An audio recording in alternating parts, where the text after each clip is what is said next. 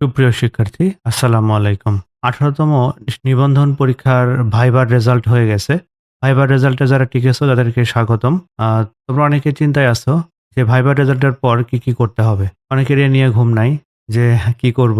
তো আজকে এই ভিডিওর মাধ্যমে আমরা জানতে পারবো ধারাবাহিকভাবে ৮ টি কাজ করলে এসব চিন্তা থেকে দূর হওয়া যাবে। তো একদম বেসিক থেকে আমি ৮ টি কাজ নিয়ে আলোচনা করছি। তো শুরু করা যাক। প্রথম কাজ হলো মেরিট লিস্ট দেখে নিজের মেরিট সম্পর্কে ভালোভাবে জানতে হবে। তো এবারে এনটিআরসি-তে শূন্য পদ আছে ১,৮২২টি। এই শূন্য পদগুলোর পদভিত্তিক তালিকা এবং আবেদন ফর্ম এনটিআরসি এর ওয়েবসাইট এবং টেলিটক বাংলাদেশ লিমিটেডের ওয়েবসাইটে ২২ জুন ২০২৫ খ্রিস্টাব্দে বেলা ১২টার দিকে প্রকাশ করা হবে। তোমরা চোখ রাখবে ২২ তারিখে এটা প্রকাশ করবে বেলা ১২টার দিকে। সেখানে তুমি তোমার মেরিট লিস্ট সম্পর্কেও জানতে পারবে।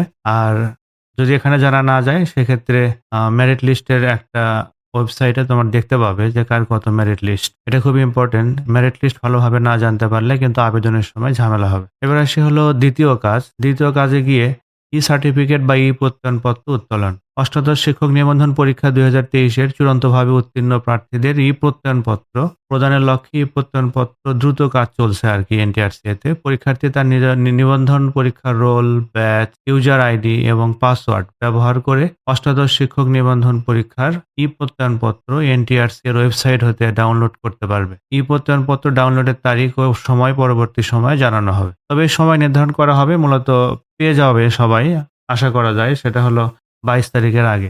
আবেদন শুরু হওয়ার আগেই এটা পাওয়া যাবে সম্ভবত। এবার আসি হলো তৃতীয় কাজ। ই-সার্টিফিকেট ই-প্রত্যয়নপত্র ভুল সংশোধন। তো যদি কারো ই-প্রত্যয়নপত্রে ভুল থাকে, নিজ নাম, পিতার নাম, মাতার নাম এবং স্থায়ী ঠিকানায় ভুল থাকে, অর্থাৎ তোমার যে সার্টিফিকেট তার সাথে যদি ই-প্রত্যয়নপত্রের তথ্য না মেলে, ভুল হয়, সেক্ষেত্রে তারা ই-প্রত্যয়নপত্র ডাউনলোড করার পর নির্ধারিত ফি সহ একটা ফর্ম দেওয়া থাকবে, সংশোধনী ফর্ম। সেই সংশোধনী ফর্মটা পূরণ করতে হবে। তাহলেই পূরণ করার পর এটা এনটিআরসি কার্যালয়ে আবেদনটা দাখিল করতে হবে। ওখানে গিয়ে করতে পারো অথবা কুরিয়ার মাধ্যমে পাঠাতে পারো। এটা খুবই ইম্পোর্টেন্ট।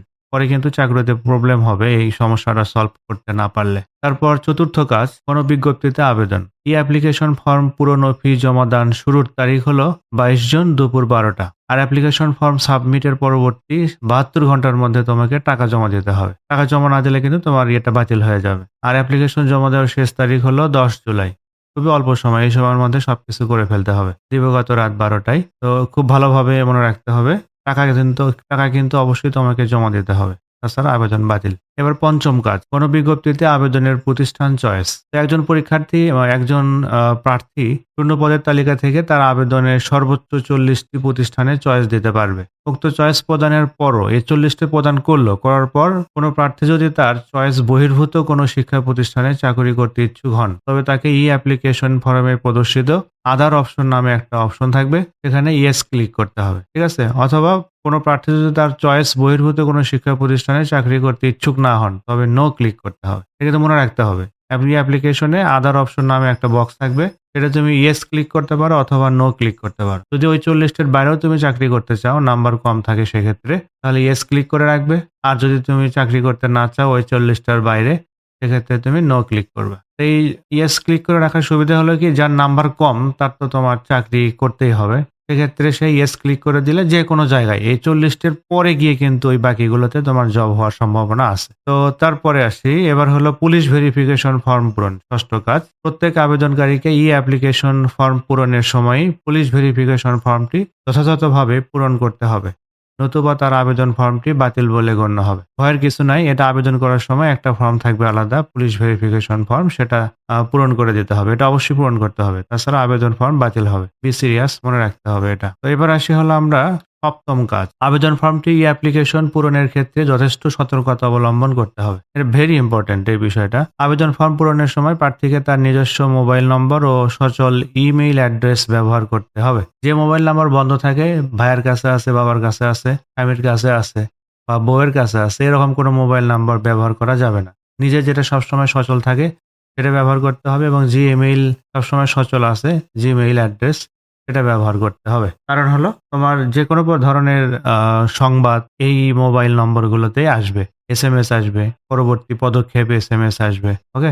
আর আবেদন ফর্মটি পূরণের ক্ষেত্রে যথেষ্ট সতর্কতা অবলম্বন করতে হবে। ফর্ম পূরণ শেষে একবার আবেদন সাবমিট হয়ে গেলে আর কোনোভাবে সংশোধন করার সুযোগ থাকবে না। তো ভালোভাবে এটা মনে রাখতে হবে, ভুল যেন না হয়। বারবার দেখতে হবে, নিজেই পূরণ করতে হবে। সকল আবেদনকারী নির্ধারিত ফি পরিশোধ সাপেক্ষে অনলাইনে সফলভাবে আবেদন পেশ করার পর আবেদনকারীকে স্ব-উদ্যোগে দাখিলকৃত আবেদনের অ্যাপ্লিকেন্টস কপি একটি প্রিন্ট কপি সংরক্ষণ করতে হবে। আবেদন করার পর এই অ্যাপ্লিকেন্ট কপিটা সুন্দর করে প্রিন্ট করে নিজের কাছে সংরক্ষণ করতে হবে।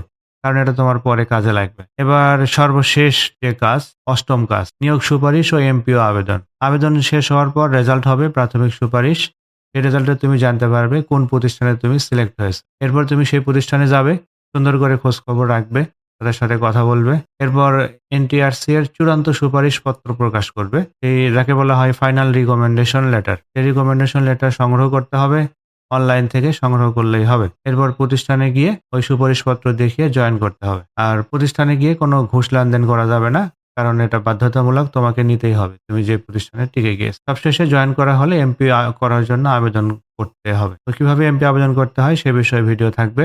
আর তোমরা এখানে যে ভুল সংশোধন কিভাবে করব আমরা প্রত্যয়নপত্র বা সার্টিফিকেট সে বিষয়ে একটা ভিডিও থাকবে। পাশাপাশি এই সার্টিফিকেট উত্তোলন করার জন্য ভয় পাওয়ার কিছু নাই। সার্টিফিকেট যখন উত্তোলন করবে তোমার কাছে একটা এসএমএস যাবে। সেই এসএমএস এর লিঙ্ক থাকবে। সেই লিঙ্কে ঢুকে তোমার ইউজার আইডি পাসওয়ার্ড দিয়ে প্রত্যয়নপত্রটা উত্তোলন করতে পারবে। এটা খুবই সহজ। তো আজকে এ পর্যন্তই। সবাই চিন্তামুক্ত থাকো এবং এই ধারাবাহিক কাজগুলো একের পর এক করতে থাকো। তো আজকের মতো বিদায়।